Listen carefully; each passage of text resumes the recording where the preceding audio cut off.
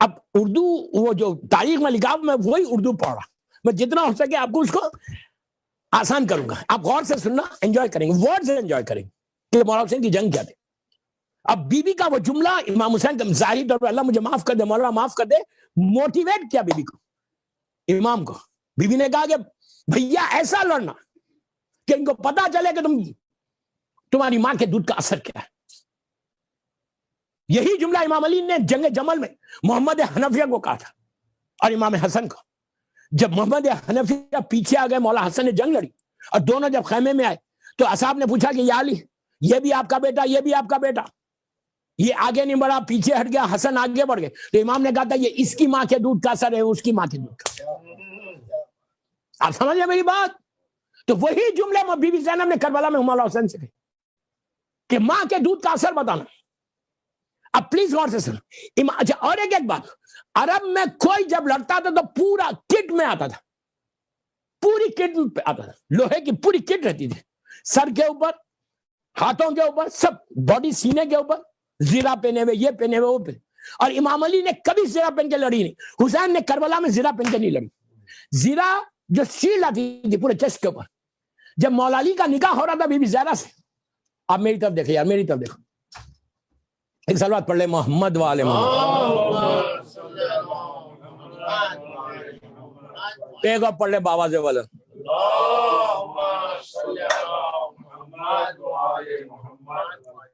ماں جب مولا علی کا نکاح ہو رہا تھا بی بی زہرا سے، تو چند دن پہلے اللہ کے رسول نے بلا کے امام علی سے کہا تھا یا علی تو بس ہے کیا؟ کہا ایک گھوڑا ہے، ایک تلوار ہے، ایک زیرہ ہے۔ میں کوئی مالدار آدمی نہیں، کوئی ملینر نہیں، ٹھوکر میں ملینر سے، زمین اور آسمان ٹھوکر میں تھی مولا کی، میرے پاس یہی ہے۔ تو اللہ کے رسول نے کہا تھا گھوڑا ضرور چاہیے سپاہی کے لیے، تلوار ضرور چاہیے، زیرہ کی تم کو کیا ضرورت ہے؟ زیرہ بیچ کے مہر دے دو۔ تو مولا علی نے اپنی زیرہ بیچ کے مہر دی تھی بی بی کو۔ اسی طرح مولا علی کے بعد اگر کسی نے جنگ لڑی ہے تو مولا حسین نے، کوئی امام نے جنگ نہیں لڑی، مولا حسن نے لڑی جنگ جمل میں، صفین میں، لیکن مین جنگ کربلا میں امام حسین۔ تو کمال ہے دوستو، امام حسین زیرہ پہن کے نہیں آئے تھے کربلا میں۔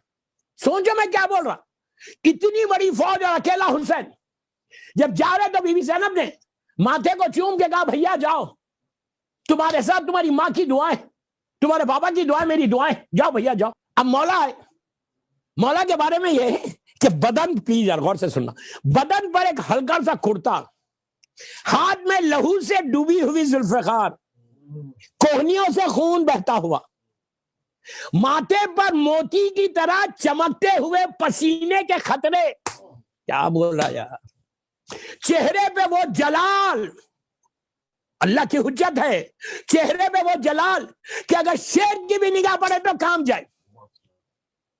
تماوج خون سے لالزار رخسار نے، ریڈ رخسار ہو گئے تھے، چیکس ہو گئے تھے، تماوج خون سے لالزار رخسار، شدت احساس سے چمکتی ہوئی آنکھیں، کیا بولا، وفور غضب سے پھڑکتے ہوئے ہونٹ، سینے سے نکلتی ہوئی وہ پرجوش آواز کہ دشمن دور سے نظر ڈالتا تھا خش کھا کے گر رہا تھا۔ اور جب علی حسین حملہ آور ہوتے تھے، برق کہتے ہیں فریکشن آف سیکنڈ کو، انہیں چمک کو برق کہتے ہیں، برق رفتار۔ اچھا مولا کا گھوڑے کا چلانے کا انداز بھی اور تھا کہ گھوڑا جو ہارس رائڈنگ، جو رائڈنگ سے جس کو انٹرسٹ ہے نا وہ جان سکتے، گھوڑا تو آپ کے حق میں۔ امام مولا حسین کے بارے میں، مولا علی کے بارے میں اور مولا عباس کے بارے میں بھی، کہ گھوڑے کو جب چلتا تھا، گھوڑے سٹارٹ کرتے تھے سلو، پورا جو کنٹرول ہوتا گھوڑے کو اس سے ہوتا، اس کو ایسا ایڑ دینا۔ تو جس انداز سے ایڑ دے رہے، ان معصومین کے گھوڑے اڑتے تھے، فلائی کرتے تھے، گھوڑے کو ایڑ دی، ایڑ نے سٹارٹ کیا، چشمہ زدن بولتے ہیں فریکشن آف سیکنڈ کو، چشمہ زدن میں پھیلا ہوا لشکر، پورا لشکر پھیلا ہوا ہے۔ امام کا ایک عجیب بات ہے کہ جب بھی جاتے ایسا اسٹریٹ نہیں جاتے تھے، ایسا گھوم کے جاتے تھے۔ آپ سمجھیں میری بات، لشکر یہاں مولا حسین ایسا آ رہے لا کے ان کو پوروں کو ایک نقطے پر لے کر آ رہے, پھر بیچ میں گھس رہے تو ایسا بھاگتے تھے تلوار توڑ کے جیسے شیر کے آگے بھیڑے بھاگتے. آپ سمجھے میری بات؟ میں تو پورا نقشہ کھینچا, لیکن آپ پتہ نہیں سمجھ میں آئی نہیں آئی, سمجھ میں آئی نا سمجھ میں. تو شجاعت ہے حسین. اور بی بی زینب کا بار بار یہ کہنا کہ بھیا ایسی جنگ لڑو کہ ماں کے دودھ کا اثر بتا دو ان کو. یہی جملے بی بی نے دربار میں بولے کہ یزید تیرا لشکر بھاگ رہا تھا, میرا بھائی جنگ لڑ رہا تھا, تمہارا لشکر بھاگ رہا تھا, تمہارے لشکر سے آواز آ رہی تھی الامان علی الحفیظ, میرا بھائی تو صرف لڑ رہا تھا, اتنا مارا ہے کہ تمہارے لشکر کے ہوش ٹھکانے آ گئے. لیکن وہی بات, جو اپنے لیے لڑے گا وہ ہمیشہ کے لیے ختم ہوگا. حسین کی جنگ تلوار جو چلی تھی اس کی مرضی پہ چل رہی. آج کربلا کیسا ہے؟ ایک آباد شہر ہے مولا حسین کا, آباد سٹی ہے کربلا, اتنی شاندار. آپ سب جانتے کہ 24 گھنٹے لوگوں کا آنا جانا, ہزاروں لوگ لاکھوں لوگ آ رہے جا رہے. اربعین میں تو آپ لوگوں نے زیارت کی, آپ جانتے کہ کیا رش ہوتا, لوگوں کا آنا جانا, ہوٹلز ہے, بازار ہے, خرید و فروخت, ہر چیز ہے وہاں پہ. ایک شہر ہے مولا کا, ایک سٹی ہے, آباد سٹی. کیا تصور نہیں کر سکتے. لیکن کیا کربلا شروع سے ایسی تھا؟ ایسا نہیں تھا. آج جیسا کربلا ہے شروع سے ایسا نہیں تھا. جب پہلی مرتبہ بہن آئی, پورا 11 محرم کو جانے والی بہن جب واپس آئی, میدان کربلا پہنچے, جیسی کربلا کے میدان, یہ پورا قافلہ پہنچا, میری طرف دیکھنا, تڑپ کے رونا. جب پہنچے میدان کربلا تو محمل تھی, محمل سمجھ رہے اوپر, وہ کیمل کے اوپر محملیں تھی. بی بی زینب نے کو بتایا گیا کہ بی بی پھوپھی اماں کربلا آ گیا. بس ہر بی بی پھوٹ پھوٹ کے رونے لگی. نیچرلی 11 محرم کا سارا منظر سامنے ہے. پلیز غور سے سنو, بس 10 منٹ بس. بی بی نے محمل کے پردے کو ایسا ہٹایا, محمل کے اپنا جو کٹن تھا پردے کو ہٹایا, بس پردے کو ہٹایا اور کربلا کے میدان پہ نگاہ ڈالی. زینب کا دل پھٹ گیا. کربلا کے میدان میں سناٹا تھا. میں امپورٹنس آف اربعین بتا رہا ہوں, بی بی زینب کا کیا کنٹریبیوشن. کربلا کے میدان میں ایک سناٹا, اتنی کوائٹ پلیس, کچھ نہیں تھا کربلا. 4 گریوز تھی بس, اور اس پہ سایہ نہیں تھا. گریو بنی ہوئی نہیں تھی, کچی خبر, ریئل خاک شفا جس کو کچی خبر. 4 مولا حسین, شہداء کربلا, گنج شہیدہ, حبیب ابن مظاہر ایک ساتھ, اور دور پہ مولا عباس. 4 گریوز تھی بس.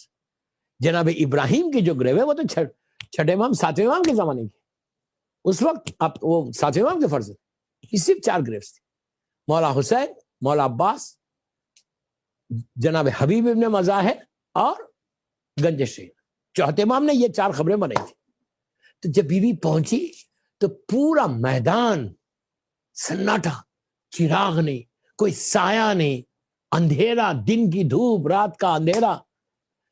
پھر جیسی محمل کے پردے کو ہٹا, بولتے روایت کا جملہ کہ شہزادی زینب کی دل پھٹ گیا. دل سے ایک آواز نکلی, دل سے ایک آواز نکلی.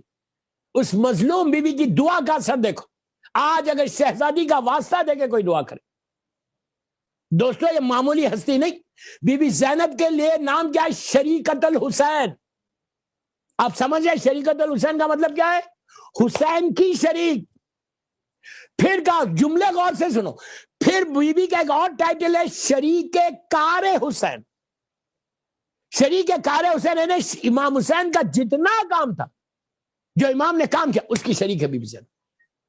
2 آپ کے ٹائٹلز مشہور ہیں, شریکت الحسین اور شریک کار حسین. کہ 2 بی بی ہر منزل پر مولا حسین کے ساتھ ہے. تو جب دیکھا میدان پہ نگاہ ڈالی, دل پھٹ گیا. آپ کے دل سے ایک آواز نکلی تھی کہ بی بی زینب کا کنٹریبیوشن بتا. آج اپنی ساری دعائیں, میں پھر بول رہا ہوں, جب بھی کوئی مصیبت آئے میری شہزادی کا واسطہ دے کے دعا کرنا. شہزادی کی نظر کرو, بی بی زینب کی مہینے کی 4 تاریخ، پہلی تاریخ، مثال کے طور پہ سفر کی پہلی گزر گئی تو غم کے دن، ربیع الاول کی پہلی تاریخ جب آئے، وہاں سے لے کے ذیلحجہ تک یہ 10 مہینے بیوی کی پہلی تاریخ کو نظر کرو،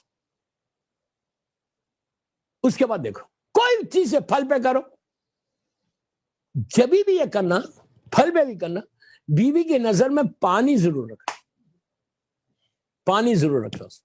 شہزادی زینب سلام اللہ علیہ، اچھا شہزادی کا جو رشتہ ہے، آپ جناب جعفر طیار کی بڑی بہو تھی، آپ کے بڑے بیٹے عبداللہ ابن جعفر طیار ان کی وائف تھی، فرسٹ کزن، چچا زاد بھائی۔ عبداللہ ابن جعفر طیار کے چھوٹے بھائی تھے محمد ابن جعفر طیار۔ جناب جعفر طیار کے 2 بیٹے عبداللہ اور محمد شہزادی ام کلثوم کے شوہر تھے، آپ سے بی بی ام کلثوم سے کوئی اولاد نہیں ہوئی، اور محمد ابن جعفر طیار انتقال ہو گیا۔ کربلا میں جب شہزادی ام کلثوم آئی تو بیوہ تھی، ویڈو تھی، بی بی ویڈو تھی۔ میں آپ کو پوری ہسٹری بتا رہا ہوں۔ شہزادی زینب کے شوہر عبداللہ اتنے بہادر تھے اور اتنے بڑے بزنس مین تھے، اتنا پائس کہ بعض روایتوں میں یہ ہے کہ یہ جو زینبیہ سیریا میں یہ بی بی زینب کا جو روزہ جہاں ہے، یہ جناب عبداللہ کے ایک باغوں میں سے ایک باغ تھا، فارم ہاؤسز تھے۔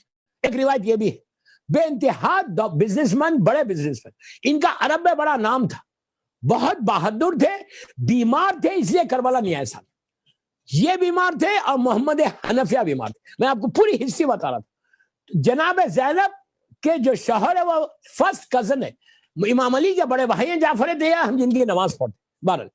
تو جناب زینب جب کربلا پہنچی تو کربلا میں کچھ نہیں تھا، بی بی کا آنکھوں میں آنسو آ گئے، 11 محرم کا منظر یاد آ گیا کہ جب ہم چلے تھے تو یہاں صرف لاشیں تھی، ایک ایک چیز یاد آئی۔ اور پھر چوتھے امام نے کہا پھوپھی ماں آج اربعین کا دن ہے، آج چہلم ہے۔ بی بی نے کہا آج میرے بھائی کا چہلم ہے، لیکن چہلم پہ ایک آدمی نہیں ہے میرے بھائی کی زیارت کا۔ جو رکاوٹ ہے آپ فیل کرے کہ یار رزق متقارا رک رہا، یہ کام رک رہا، یہ کام رک رہا، اربعین کی زیارت شروع کر دو۔ اس کے بعد دیکھو کہ زیارت اربعین کے، ارے امام حسین کو سلام کی برکتیں ہیں یار، زیارت تو بہت بڑی بات ہے، زیارت اربعین پڑھو۔ یہ ہو گیا کس کی خواہش، کیوں اربعین کو اتنا فورس کیا گیا کربلا میں؟ اگر آپ کے بزنس میں کوئی رکاوٹ ہے، آپ کے کاموں میں کوئی آبسٹیکل آ رہی ہے، آپ کا کام بنتے بنتے رک جا رہا، اب زیارت اربعین پڑھو اور پڑھ کے دعا کرو مولا حسین سے کہ مولا میں آپ کی یہ، اس لیے کہ مولا حسین کی ساری زیارتیں اربعین میں ایک عجیب فرق ہے۔ زیارت اربعین کا جا کے ٹرانسلیشن دیکھنا، آج ہی جا کے دیکھو، ٹرانسلیشن دیکھو، ٹرانسلیشن میں ہم یہ بولتے ہیں، وٹنس بنتے ہیں کہ مولا حسین واپس آنے والوں میں سب سے پہلے آپ ہیں، تصور رجت ہے اس میں۔ عجیب زیارت ہے مولا حسین کی اربعین کی زیارت، کہ اربعین کی زیارت روز پڑھ، تمہارے زندگی کے آبسٹیکلز دور ہوتے۔